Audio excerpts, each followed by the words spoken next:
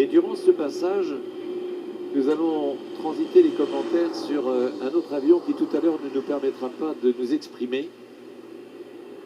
Pour la bonne raison, c'est que au ras du sol, c'est un avion bruyant, même si auprès des radars, il est le plus furtif actuel.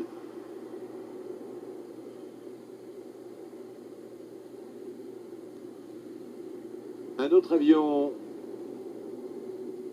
d'une nouvelle génération. On se rappelle que pour transformer les avions de transport, eh bien, cette réflexion européenne a amené à construire d'autres avions. On a la 400M, on a l'hélicoptère, le NH90. Eh bien, il y a un avion qui, bien avant, a été le premier omnirôle réfléchi, puisque dans les années 70, ça remonte à très loin, l'armée de l'air, la marine nationale avait une quantité importante d'avions différents pour faire des missions différentes. Ça voulait dire des mécaniciens différents, ça voulait dire des pilotes différents et puis également des bases différentes.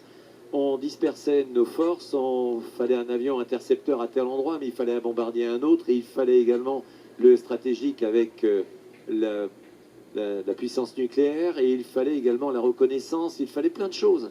Et donc cette réflexion dans les années 70 a amené Dassault Aviation à prendre en considération ces demandes. Ça a demandé beaucoup de temps. Ça a demandé beaucoup de temps puisqu'en 1986, au bout de réflexion et également donc de dessin, de mise en œuvre sur la planche à dessin, eh bien, un avion a vu le jour.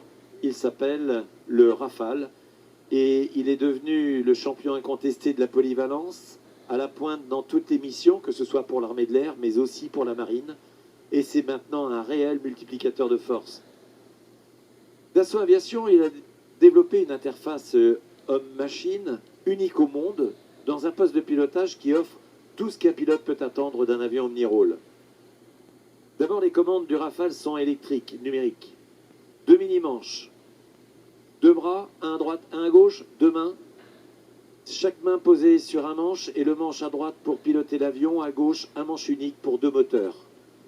Sur l'ensemble de ces 2 manches, il y a 37 boutons différents qui eux-mêmes sont capables de fonctions différentes. C'est-à-dire que chaque bouton peut avoir des fonctions différentes.